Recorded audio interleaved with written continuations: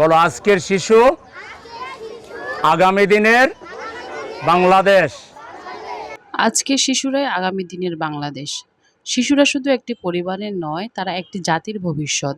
আর সেই ভবিষ্যৎ প্রজন্মকে ঘিরেই সম্প্রতি একের পর এক ব্যতিক্রমী কর্মসূচি নিয়ে আলোচনায় এসেছেন ঢাকা উত্তর সিটি কর্পোরেশনের মেয়র পদপ্রার্থী মোহাম্মদ সেলিম উদ্দিন। তোমরা পড়ালেখা করবেই, কোনো অবস্থায় পড়ালেখা ছাড়বে না। রাজি আছো? বেশি বেশি করে পড়ালেখা করবে, ঠিক আছে? ঈদকে সামনে রেখে সুবিধাবঞ্চিত শিশু কিশোরদের মুখে হাসি ফোটাতে তিনি হাতে নিয়েছেন নানা মানবিক উদ্যোগ। এর মধ্যে ছিল ৫০০ টাকা করে ঈদ বকশিস প্রদান কর্মসূচি, যেখানে ৫০০ টাকার নতুন নোট পেয়ে শতাধিক শিশু কিশোর আনন্দে মেতে ওঠে। তবে এখানেই শেষ নয়, শিশুদের দীর্ঘদিনের ছোট ছোট স্বপ্ন পূরণে তিনি আয়োজন করেন ব্যতিক্রমী কর্মসূচি ইচ্ছে পূরণ।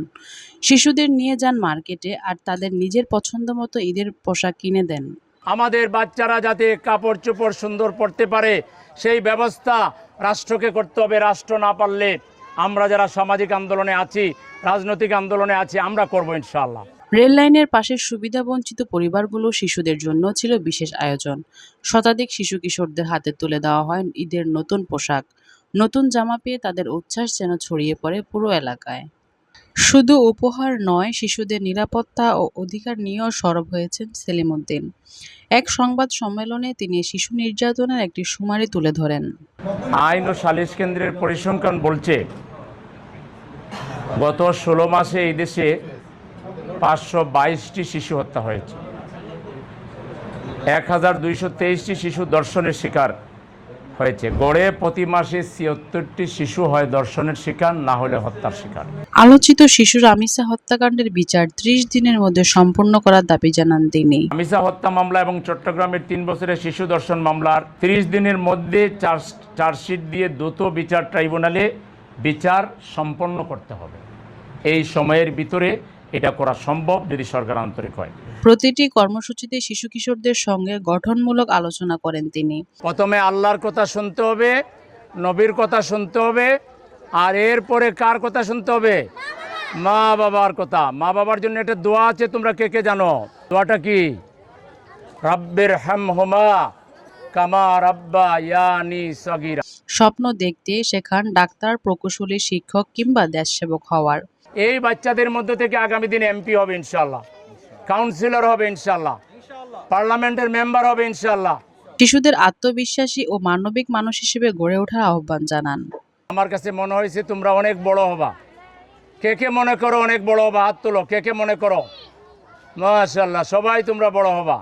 তাইলে বড় হওয়ার জন্য পড়ালেখা, মা বাবাকে মেনে চলা, শিক্ষককে মেনে চলা, বড় ভাই বোনকে মেনে চলা, ছোটদেরকে আদর করা, বেশ ভালো কাজ করা, মন্দ কাজ করা যাবে না।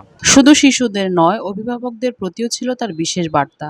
তিনি শিশুদের জন্য পুষ্টিকর খাবার নিশ্চিত করার আহ্বান জানান এবং যে কোনো প্রয়োজনে পাশে থাকার আশ্বাস দেন। তোমাদের মা বাবা যারা আছেন তাদেরকে বলবো, এদেরকে অবহেলা করবেন না। যে আমি গরিব মানুষ, আমি পয়সা পাবো কই? পয়সা এখন আপনি পান কই? খান কিভাবে? কে খাওয়ান? আল্লাহ। যে আল্লাহ আপনাকে খাওয়ান, যে আল্লাহ আপনাকে এই পর্যায়ে এনেছেন, সেই আল্লাহ এই বাচ্চাদের দায়িত্ব নেবেন ইনশাআল্লাহ। আমরা নেব ইনশাআল্লাহ।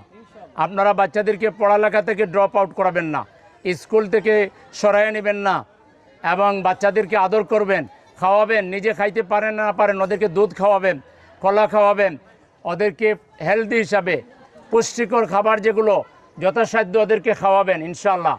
অভিভাবকদের অনেকেই বলেছেন, এমন উদ্যোগ শুধু সাময়িক সহায়তা নয়, বরং শিশুদের মনে জাগিয়ে তোলে আত্মবিশ্বাস ও সুন্দর ভবিষ্যতের স্বপ্ন। নতুন পোশাক, ঈদ বকশিস কিংবা স্বপ্ন পূরণের আয়োজন, সবকিছুর কেন্দ্রবিন্দুতে ছিল একটি বার্তা: শিশুরাই আগামীর বাংলাদেশ। আর সেই বাংলাদেশ গড়ার প্রত্যয়ে শিশুদের মুখে হাসি ফোটানোর এই ধারাবাহিক উদ্যোগ ইতিমধ্যে প্রশংসা কুড়িয়েছে নানা মহলে। যে অবিলম্বে সরকারকে এই হামের প্রাদুর্ভাব নিয়ন্ত্রণে জরুরি ক্র্যাশ প্রোগ্রাম নিতে হবে এবং ফ্রি টিকাদান বুথ চালু করতে হবে জায়গায় জায়গায়, যাতে টিকা পাওয়া, টিকা নেওয়াটা সহজ হয়।